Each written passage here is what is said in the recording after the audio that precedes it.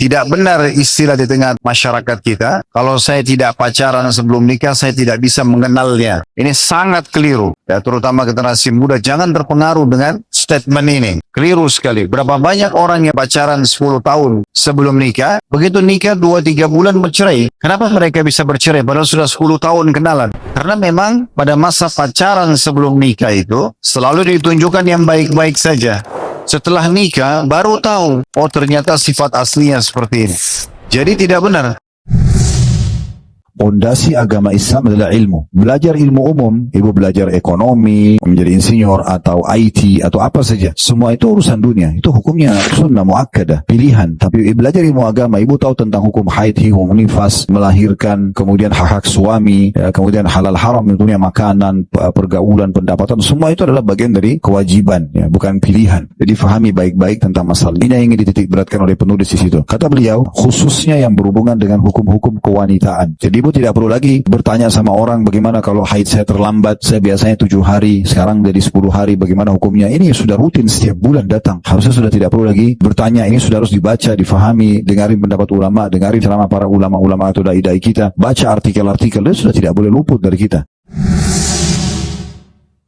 Tapi kalau misalnya kita utang dan belum terbayar, itu beban bagi ahli waris. Ya kalau dia bisa bayar, kalau tidak. Iya kalau dia tahu, kalau tidak. Kadang-kadang ada orang mengatakan, tapi kan Ustaz cicilannya 0%. Iya, 0%. Tapi saya mau tanya, kalau Anda telat bayar, jam 12 malam aja, lewat 1 menit, 2 menit, Anda sudah kena denda. Itu bisa riba, walaupun cuma 50 ribu rupiah. Jangan anggap remeh. Ada orang subhanallah tanpa menyadari kartu-kartu ini sebenarnya kartu yang digunakan untuk utang. Dan pembiayaannya dari perbankan ribawi. Bagaimana bisa Anda tenang, sementara odol Anda, sikat gigi Anda, sampo, sabun, semuanya dari uang riba. Anda menganggap Anda akan bayar di akhir bulan. Kenapa nggak bayar dari gaji kita saja? Kan ini masalah ini. Ya. Harusnya kita fahami baik-baik karena ada hubungannya dengan hukum syar'i.